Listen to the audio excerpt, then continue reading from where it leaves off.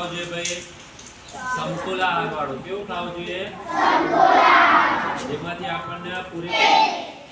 સરદાર વલ્લભભાઈ પટેલ એમનો જન્મ આપણો ખેડા જિલ્લો ખરો એના ધરમસદ ગામમાં થયો.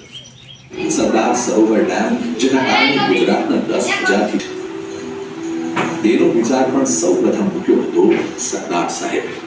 દેશને આઝાદ કર્યો, એક કર્યો, અખંડિત કર્યો, દેશને સુશાસન આપ્યું અને આ તમામ જરૂરી કામ પૂરા કરીને રજૂ કરીશ જેનો વિષય છે Sardar Patel.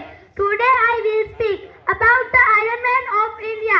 Moreover, the famous Statue of Unity is built in the honor of our Sardar Patel. I want to express his words in Gujarati. કાયલ લોકો મુશ્કેલ સમયમાં બહાના શોધે છે જ્યારે બહાદુર લોકો માર્ગ શોધે છે. મારી એક જ ઈચ્છા છે કે ભારત એક સારું ઉત્પાદક બને અને આ દેશમાં કોઈ ભૂખ્યું ન રહે, ખોરાક માટે આંસુ ન બહાવે. Sardar Vallabhbhai Patel was born on 31st October.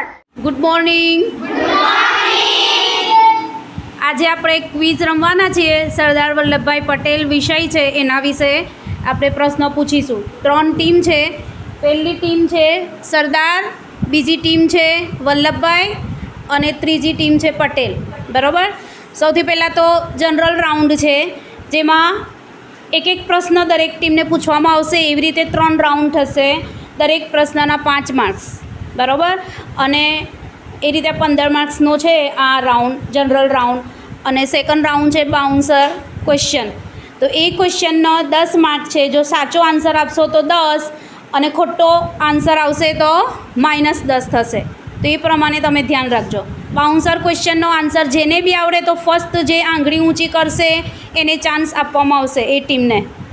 ચલો આપણે સ્ટાર્ટ કરીએ. રેડી? સરદાર વલ્લભભાઈ પટેલનો જન્મ કયા ગામમાં થયો હતો?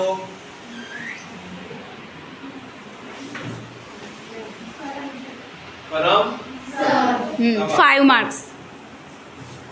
3 પ્રશ્નોના જવાબ આપી વિજેતા થઈ ગયા. Winner team. કોંગ્રેચ્યુલેશન્સ.